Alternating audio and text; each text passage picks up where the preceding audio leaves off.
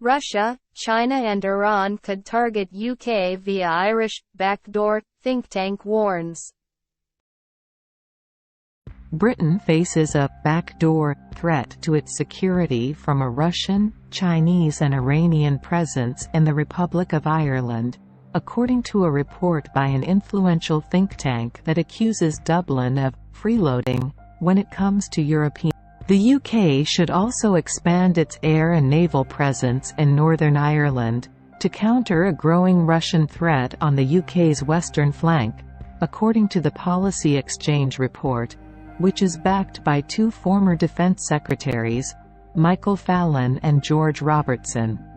The UK and Ireland are at risk from an acute maritime menace posed by a Russian doctrine of targeting undersea networks and pipelines and the presence of Russian warships, they say in a foreword to the paper.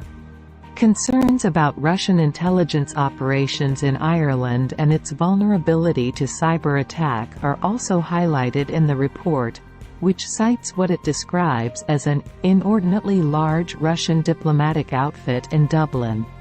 The embassy had 30 members of staff in 2022, which was more than many other European states with which Russia had closer ties at the time.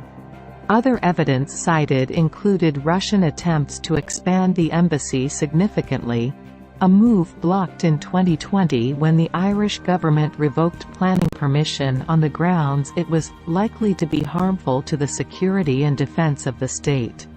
China is another significant concern due to its rapid technological advancements and global influence.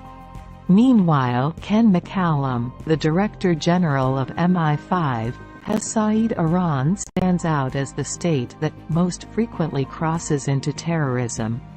UK authorities uncovered at least 10 potential threats last year related to kidnapping or harming UK-based individuals perceived as enemies of the Iranian regime.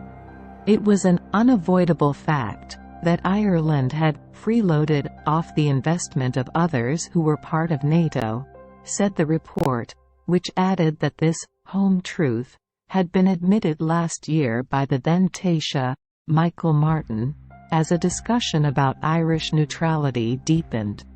Discussions about neutrality among Ireland's political classes have sharpened in the era of Russian aggression under Vladimir Putin.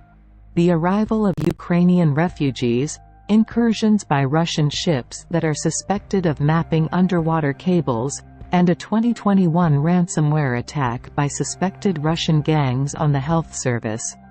Ireland's president has rebuked the government for launching a debate about the country's long-standing military neutrality and the possibility of joining NATO, saying ministers were playing with fire. The report tried to sound an alarm bell about the consequences of Sinn Féin winning Irish elections in 2025. If Sinn Féin wins in 2025, the UK is therefore looking at many more years of an uncooperative, and likely hostile, neighbour in the face of growing external threats, it said.